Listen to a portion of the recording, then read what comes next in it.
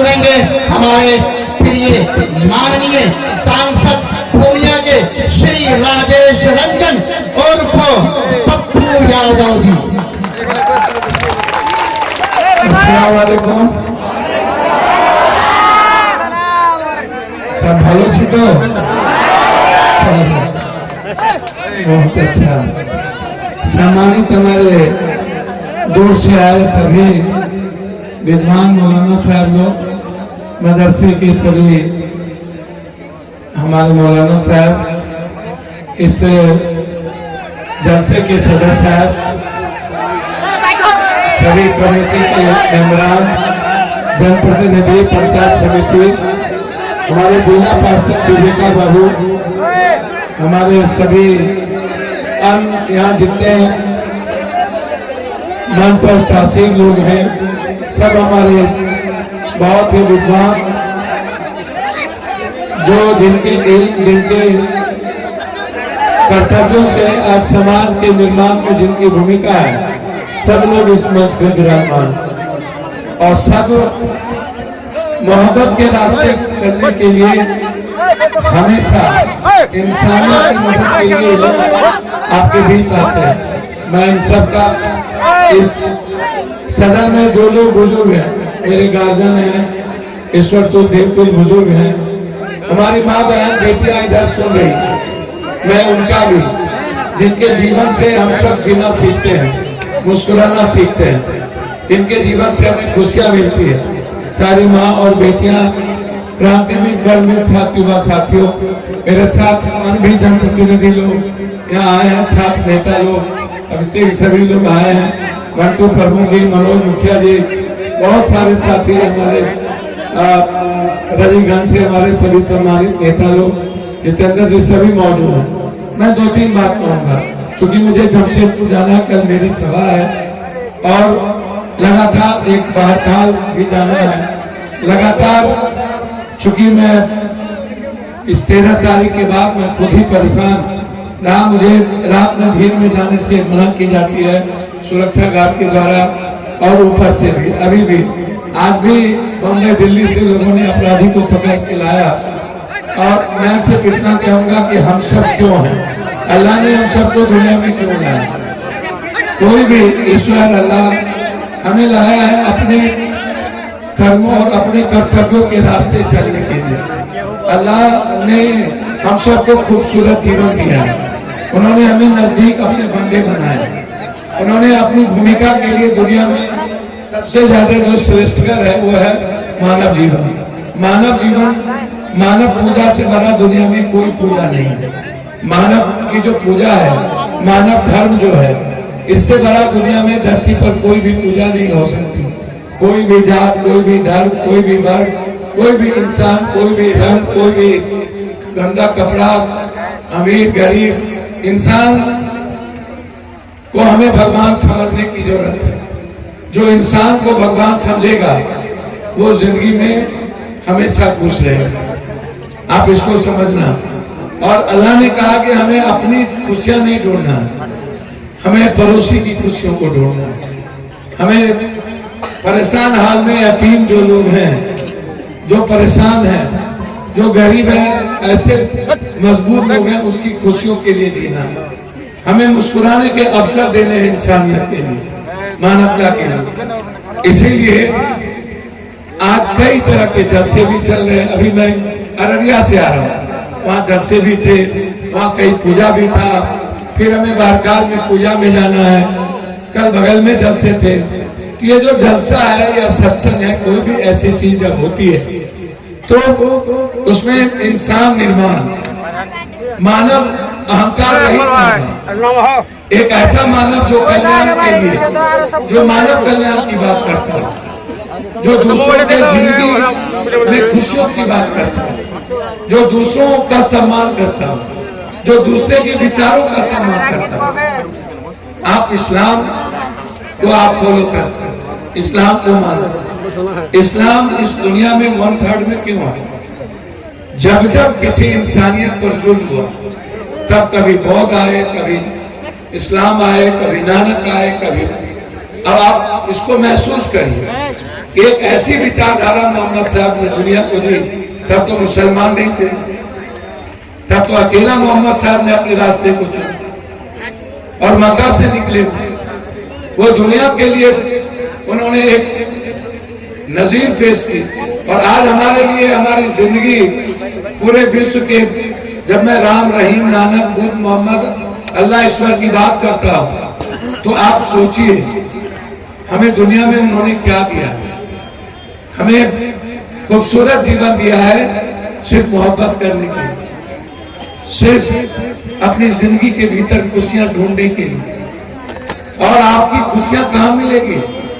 जब आप अल्लाह का काम करेंगे, जब आप अल्लाह के बंदे बनकर उसके रास्ते जाएंगे। अल्लाह ने सबसे नजदीक किसको चुना? मोहम्मद साहब ने सबसे ज्यादा जो मोहम्मद साहब के रास्ते चलने के लिए जो सीखा, मोहम्मद साहब से कुछ मांगा नहीं, हजरत हुसैन साहब। उन्होंने उनकी जिंदगी के किरदार बने और उन्होंने इंसानियत और अताइयों के खिलाफ नमाज के वक्त कुर्बानी दी। अल्लाह ने उनको चुना अपने लिए। आप मत ठगिए ईश्वर को, अल्लाह को। हम लोग ईश्वर और अल्लाह को ठगते हैं। आप उठा करके देखिए, हम नमाज पढ़ते हैं, 6 बार झुकते हैं, 5 बार हम नमाज पढ़ते हैं, लेकिन अपने गुनाह को रसूल जो आप जो कोई भूल करते हैं। नमाज का मतलब क्या होता है? कि हमें अल्लाह के नजदीक जाना, उनके लिए अपने गुनाह को कबूल करते हुए कंप्लीट रूप से नमाज को आप महसूस कीजिएगा। ईश्वर अल्लाह के नजदीक का एक प्रोसेस, एक माध्यम। हम इसीलिए नमाज नहीं पढ़ते कि हम मुसलमान, हम सारी खूबसूरत चीजों को अपने जीवन में लेंगे। इसीलिए कोई मंदिर जाता है, कोई मस्जिद जाता है, कोई पूजा करता है, तो इसलिए नहीं कि हम भगवान से कुछ मांगने जाए। अर्जुन ने कृष्ण से कुछ नहीं मांगा, हनुमान ने राम से कुछ नहीं मांगा, अशोक ने बुद्ध से कुछ नहीं मांगा, कुछ नहीं। हजरत ने मोहम्मद साहब से कुछ नहीं मांगा। आप मत मांगिए, आपको उन्होंने बहुत कुछ दे दी, बस आप उनके रास्ते चले। आपको नमाज दिया, आपको हज दिया। अभी तो हमारे मौलाना साहब तो आपके हज के बारे में अभी हम सुन ही रहे थे। इन्होंने तो बहुत बड़ी तकरीर अभी दे ही रहे थे आपको कि जब वहां दुनिया में लोग जाते हैं, वहां जब ये गए तो क्या अल्लाह के पास वहां उन्होंने क्या महसूस किया। आपको जकात दी, आपको दस्तरखान दिया। ये जो जकात है ये अल्लाह के वास्ते आप कोई मुसलमान को नहीं देना, जो भी यतीम है, कोई भी गरीब, कोई भी जाति, आप हर आदमी की मदद करिए। दस्तरखान पर कोई भी गरीब आएगा, लगेगा कि एक परिवार है। अल्लाह ने हम सबको परिवार दिया, इसीलिए आपको खूबसूरत चीज अल्लाह ने दी है। आप अल्लाह के बंदे बनिए। आप नारे तकबीर अल्लाह अकबर जब करते हैं तो आप समझिए अल्लाह के थॉट प्रोसेस, आप उसको अपने नजदीक लाने का प्रयास करते हैं, एक अच्छे रास्ते की हो। लेकिन आप यदि अल्लाह के उस रसूल को ना समझेंगे और आप हमेशा उस रास्ते को छोड़ के हदीस की जो वो एक हदीस में जो जीवन जीने की जो एक ताकत है, उसको आप अलग करके अलग जिएंगे। हमारे तरह हदीस में आपको बहुत सारी चीजें कही है नहीं करनी, गुनाह है। जैसे आप हसन हुसैन आप तजिया करते हैं, हदीस में गम कहां पर आप देखिए उठा कर। आप कुर्बानी को गम में कैसे बदल सकते हैं? आप वो भी करते हैं, आप कबाई भी करते हैं, आप दारू भी पीते हैं, आप शादीशुदी में आजकल करोड़ों और लाखों खर्च भी करने लगे हैं, आप दहेज भी शुरू कर दिए। ये तो सबसे बड़ा गुनाह है। हदीस में आपको जीना कैसे है, आपके तरीके क्या है, ये सब कुछ दिया है। तो आप तो इस विचारधारा को दुनिया में ले जाइए। आपके किसी भी गलतियों से यदि इस्लाम की विचारधारा पर यदि सवाल खड़ा होता है तो ये आप उस लायक नहीं है। इसलिए मेरा आग्रह है आप वो करिए जिससे हम इस्लाम को दुनिया में और उसके विचारधारा को और आगे बढ़ाने में मौका मिले। हम अपने बच्चों से कहना चाहेंगे कि आप गुस्से में मत रहिए, गलत लोगों पर दया कीजिए, ममता कीजिए, उस पर कृपा कीजिए, उस पर गुस्सा मत कीजिए। ये कुत्ते जब पागल होते हैं ना तो उसको रोटी दे दीजिए, उसको लाठी मत चलाइए, इससे आपका वक्त जाया जाएगा। हाथी चले बाजार कुत्ता भूखे जाए। मेरे नबी साहब हो या कोई भगवान हो, कोई सिलफना यदि नबी साहब के बारे में बोलता है, मुझे कभी कभी ऐसा लगता है कोई थूक फेंक दे ऊपर में तो मुंह पर आकाश पर पड़ेगा कि मेरे मुंह पर। यदि कोई ऐसा गलत आदमी, अल्लाह ने हम सबको बनाया, भगवान ने हम सबको बनाया, और हम पप्पू यादव यदि पागल हो जाए, जालिम हो जाए, पप्पू यादव यदि जुल्मी हो जाए, जाहिल हो जाए, और हम यदि इतनी बेनेकी काम करें तो वो जिंदगी हमारी खत्म होगी। आप उसकी चिंता ना करें। अब आप अल्लाह को भी बचाने चल दीजिएगा, भगवान को भी। अल्लाह ने जिस दुनिया को बनाया उसमें हम लग जाएंगे तो फिर आपका जो लंबा लकीर है, आप जो करना चाहते हैं समाज के लिए, आज जो जलसा है, ये जलसा मदरसा तंजूर इस्लाम, अब ये जलसा क्या है? हमारे बच्चों के जीवन, चाहे आप मदरसे के लिए हो, चाहे मस्जिद के लिए हो, चाहे कब्रिस्तान के लिए हो, चाहे बच्चों की कुरान खानी पर हो, जब ऐसे जलसे होते हैं तो अल्लाह की बात हम सबको बहुत गौर से सुननी चाहिए। इस्लाम हमें जीने की क्या क्या दी है और इस्लाम क्या कहता है, इस पर हम सबको अमल करने की जरूरत है। मैं बधाई दूंगा यहाँ के आयोजक, आप समय समय पर ऐसे जलसे को करते रहिए ताकि हमारे आने वाले जो पीढ़ी है वो खूबसूरत इंसान बन सके, वो अल्लाह के रास्ते चले, वो इस्लाम के रास्ते को फॉलो करे। जरूरी है जलसा, कुरान शरीफ हो या गीता या बाइबिल या रामायण, जिंदगी की सबसे अहमियत है कुरान शरीफ को आप पढ़िए, आप उसको रखिए नहीं, उसको महसूस कीजिए, उसको अपने जीवन में लाइए। कुरान शरीफ को रट नहीं लेना है मदरसे में बैठ के, हमें उसको कुरान शरीफ को की जिंदगी में प्रवेश करना, उसकी एक एक लाइनों में प्रवेश करना, और तब हम एक इंसान बनते हैं। यही मैं आपसे आग्रह करने आया हूँ, आपको बधाई देता हूँ और मुबारकबाद देते हुए कि जिस जलसे के लिए, जिस कार्यक्रम के लिए आज ये रखा गया है, हमने अपने अध्यक्ष को पहले ही जो मेरे लिए जरूरत होगी हमने मदद की है।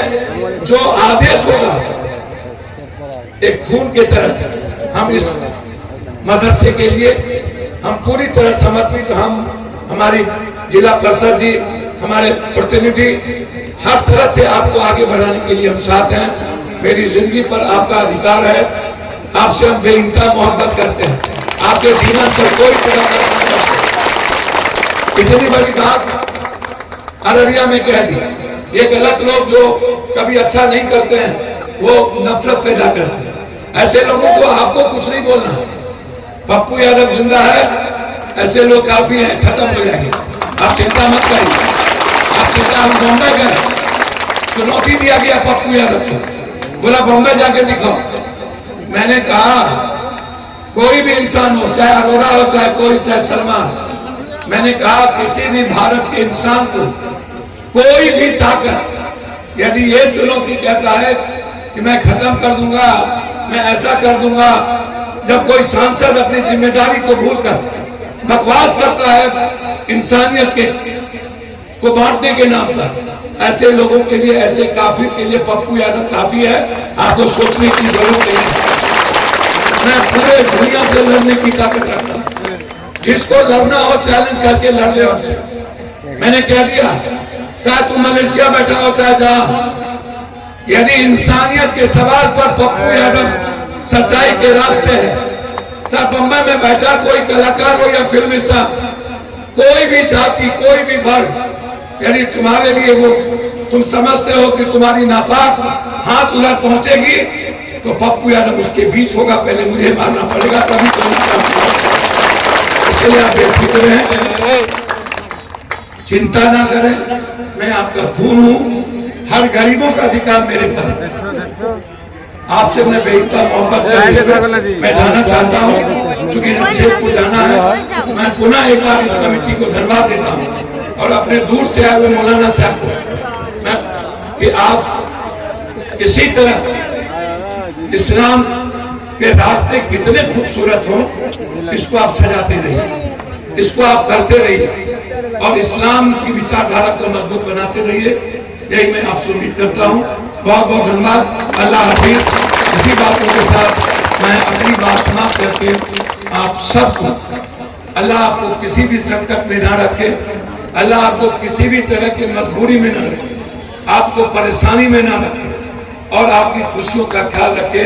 यही दुआ के साथ आप हमारे लिए दुआ करना कि मैं नेक इंसान रहूं और दुनिया के हर यतीम की मदद करता रहूं और हर गरीब का आंसू पोंछता रहूं। बहुत बहुत धन्यवाद। बहुत बहुत धन्यवाद सर।